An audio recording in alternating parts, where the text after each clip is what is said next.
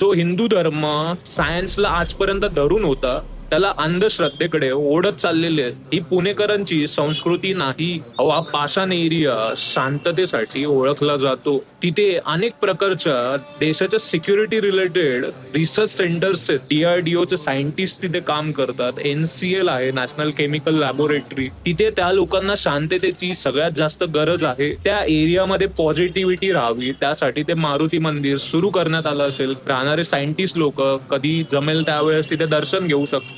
त्या एरियामध्ये एवढे रिसर्च सेंटर आहेत जे की देशाच्या सिक्युरिटी रिलेटेड आहेत. त्यासाठी अनेकदा तो एरिया नो मॅन्स लँड म्हणून ओळखला जातो. पण आजकाल असल्या रील्समुळे लोकांना प्रवृत्त केलं जातं की तिथे तुम्ही जास्तीत जास्त जावा, कारण का तो मारुती नवसाला पावतो. अंधश्रद्धे पलीकडे पण जाऊन जर आपण देशाची सुरक्षितता जर लक्षात घेतली, त्या एरियामध्ये त्या गर्दीचा फायदा उचलून एखादा टेररिस्ट जर तिथे रेकी करून गेला आणि त्याने त्या गर्दीचा फायदा उचलून काहीतरी चुकीचं केलं त्या रिसर्च सेंटर्स बद्दल, तर या सगळ्याला कोण जबाबदार असेल हे तुम्ही सांगा. पुणेकरांनी लक्षात ठेवलं पाहिजे की आपण या गोष्टींपासून दूर राहिलं पाहिजे. त्या एरिया खरंच खूप सेन्सिटिव्ह आहे. त्याचं गांभीर्य आपल्याला जपता आलं पाहिजे आणि त्या एरियामध्ये आपण कमीत कमी जाण्याचा प्रयत्न करावा.